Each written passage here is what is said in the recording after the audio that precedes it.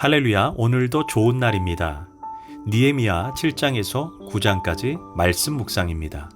오늘은 영적 대각성 운동이라는 제목으로 말씀을 나누도록 하겠습니다. 드디어 느헤미야와 이스라엘 백성들은 52일 만에 성벽을 재건하게 됩니다. 사실 바벨론에 의해 예루살렘 성전과 성벽이 무너지고 다시 완공되기까지는 140년의 세월이 흘렀습니다. 아마 이스라엘 백성들에게 큰 감동과 승리의 감격이 있었을 것입니다. 이런 가운데 뜻밖의 영적 대각성 운동이 일어납니다. 누가 시킨 것도 아닌데 예루살렘 수문 앞 광장에 한 사람씩 몰려들더니 어른에서 아이들까지 인산인해를 이루게 됩니다. 그리고 그들이 한 목소리로 자진해서 학사 에스라에게 율법을 가르쳐 달라고 요청을 합니다. 어떻게 이런 일이 일어날 수 있었을까요? 여기에는 두 가지 역사가 있었기 때문입니다. 먼저 그들이 모인 광장이 수문이라는 곳입니다. 이는 물이 흐르는 광장이라는 의미인데 성경에서 성령을 물로 비유할 때가 있습니다. 우리를 새롭게 하고 목을 축이게 하고 사람의 생명을 살리는 성령의 물이 흐르는 수문 앞 광장 앞에서 이스라엘 백성들이 모였다는 것은 결코 우연이 아닙니다. 이는 성령의 강력한 역사하심과 인도하심이 있었다는 것입니다. 예전에 복음 전도자 찰스 피니가 어떤 공장의 집회를 인도하게 되었습니다. 그 공장의 노동자들은 포악하고 사납고 강팍한 사람들이 많아 사장이 통제하기가 어려웠습니다. 사장은 그들이 말씀을 듣고 변화되기를 소망하여 찰스 피니에게 집회를 부탁했습니다. 노동자들에게는 그 시간도 노동시간으로 채워주니 참석만 해달라고 부탁을 했습니다. 놀라운 것은 찰스 피니가 집회를 인도하기 위해 공장을 통과하여 지나가고 있었습니다. 그런데 갑자기 공장의 노동자들이 이유 없이 통곡하기 시작했습니다. 아직 집회도 시작하지 않았습니다. 어떤 사람들은 떼굴떼굴 구르면서 자기의 가슴을 치기 시작했습니다. 그러면서 자기는 더러운 죄인이라고 소리치기 시작했습니다. 그리고 그들 모두는 바로 찰스 피니가 인도하는 집회의 장소로 와서 그들은 눈물을 흘리고 자신의 죄를 회개하면서 통곡하고 영접 기도를 하기 시작했다라고 합니다. 어떻게 이게 가능할까요? 바로 성령의 역사입니다. 성령이 우리의 닫힌 눈, 은폐된 눈을 열어주시지 않는다면 어떤 회심도 회개도 더 나아가 사람들이 어떻게 자진해서 모일 수 있었겠습니까?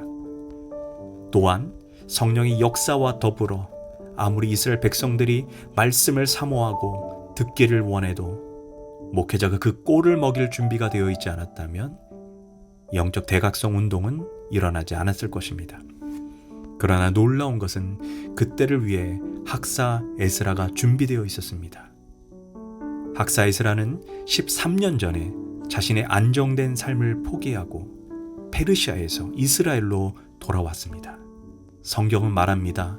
에스라는 페르시아 궁전에 머물면서 아닥사스다 왕에게 신임을 받는 유능한 인물이었고 심지어 아닥사스다 왕은 에스라가 요청하는 것은 다 들어주었다라고 말합니다. 그는 페르시아에서 평안하고 안락한 미래가 보장된 사람이었습니다. 그러나 그는 순간적인 평안함보다 영원한 것을 사모했기에 황폐한 이스라엘로 돌아왔습니다. 그 이유는 단 한 가지, 에스라 7장 10절은 말합니다. 에스라가 야훼 율법을 연구하여 준행하며 율례와 규례를 이스라엘에게 가르치기로 결심하였더라. 그는 무너진 조국 이스라엘과 신앙 공동체가 사는 길은 오직 야훼의 말씀을 듣고 깨닫는 길임을 알았습니다. 그리고 그 비전을 가지고 이스라엘로 돌아왔지만 안타깝게도 13년 동안 역사의 무대에서 두각을 나타내지 못했습니다. 하지만 자신의 꿈을 포기하지 않고 말씀을 읽고 연구하고 묵상했습니다. 성경은 말합니다. 학사 에스라는 성경에 능통한 자가 되었다. 그리고 마침내 때가 된 것입니다. 성벽은 완성되고 성령께서 수문 앞 광장에 사람을 모아주셨고 이스라엘 백성들은 영적 갈급함을 느끼고 있습니다. 백성들은 자진해서 에스라에게 말씀을 가르쳐달라고 요청했습니다. 그때 에스라가 어떻게 반응했을까요? 잠깐만 기다려주세요. 얼른 가서 설교 준비하고 나오겠습니다. 라고 말했습니까? 아닙니다. 그 즉시 말씀을 전했습니다.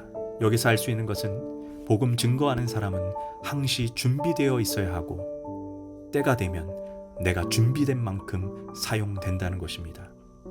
베드로전서 3장 15절에 너희 마음에 그리스도를 주로 삼아 거룩하게 하고 너희 속에 있는 소망에 관한 이유를 묻는 자에게는 대답할 것을 항상 예비하되 온유와 두려움으로 하고. 무슨 이야기입니까? 언제나 복음을 전할 준비를 하고 살라는 것입니다. 마치 지혜로운 5 처녀와 같이 준비된 자가 되라는 것입니다. 바로 수문 앞 광장에 성령의 강력한 기름 부으심과 말씀을 사모하는 이스라엘 백성, 말씀에 능통한 에스라, 이 삼박자가 맞추어졌을 때 영적 대각성 운동이 폭발한 것입니다. 그들이 얼마나 말씀을 사모했고 에스라가 얼마나 말씀을 잘 가르쳤는지 이스라엘 백성들은 온종일 서서 아멘, 아멘 하며 손을 들고 응답했고 심지어 말씀의 감격 때문에 즉시 몸을 땅에 엎드려 여호와를 경배했다라고 말합니다. 심지어 그들은 새벽부터 정오까지 적어도 6시간 말씀을 들었습니다. 만약 어떤 교회의 목사가 6시간 동안 설교했다면 성도들은 한 사람도 빼먹지 않고 설교가 끝나기 전에 다 도망가지 않았을까요?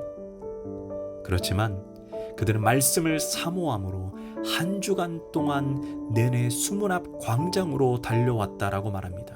마치 내가 주의 계명을 사모함으로 입을 열고 헐떡였나이다라는 시편의 고백과 같은 상황입니다. 저는 이러한 부흥이 미국과 한국 교회에 일어나기를 소망합니다. 또한 이스라엘 백성들은 말씀을 듣고 깨달은 다음에 2가지 합당한 반응을 보였습니다. 느헤미야 8장 9절 백성이 율법의 말씀을 듣고 다 통곡하여 우는지라. 첫 번째, 그들은 정서적인 반응으로 말씀이 심령과 골수를 찔러 쪼개자 자신들이 얼마나 더러운 죄인인 줄 알고 어린아이부터 어른에 이르기까지 회개의 눈물과 통곡이 그치지 않았습니다. 그러자 에스라와 느헤미야가 그들의 눈물을 절제시킵니다. 이는 눈물이 단지 감정적이고 정서적인 측면에만 머무는 것을 바로 경계한 것입니다. 곧바로 에스라와 느헤미야는 그들에게 무엇을 해야 하는지 알려줍니다. 즉시 가난한 자에게 음식을 나눠주라는 것입니다. 그리고 여호와로 인하여 기뻐하는 삶을 살라고 강권합니다.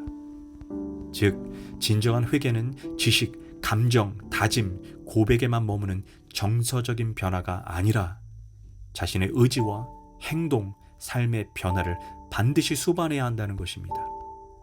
단지 자기 연민과 자기 슬픔에 머무는 것은 진정한 회개가 아닙니다.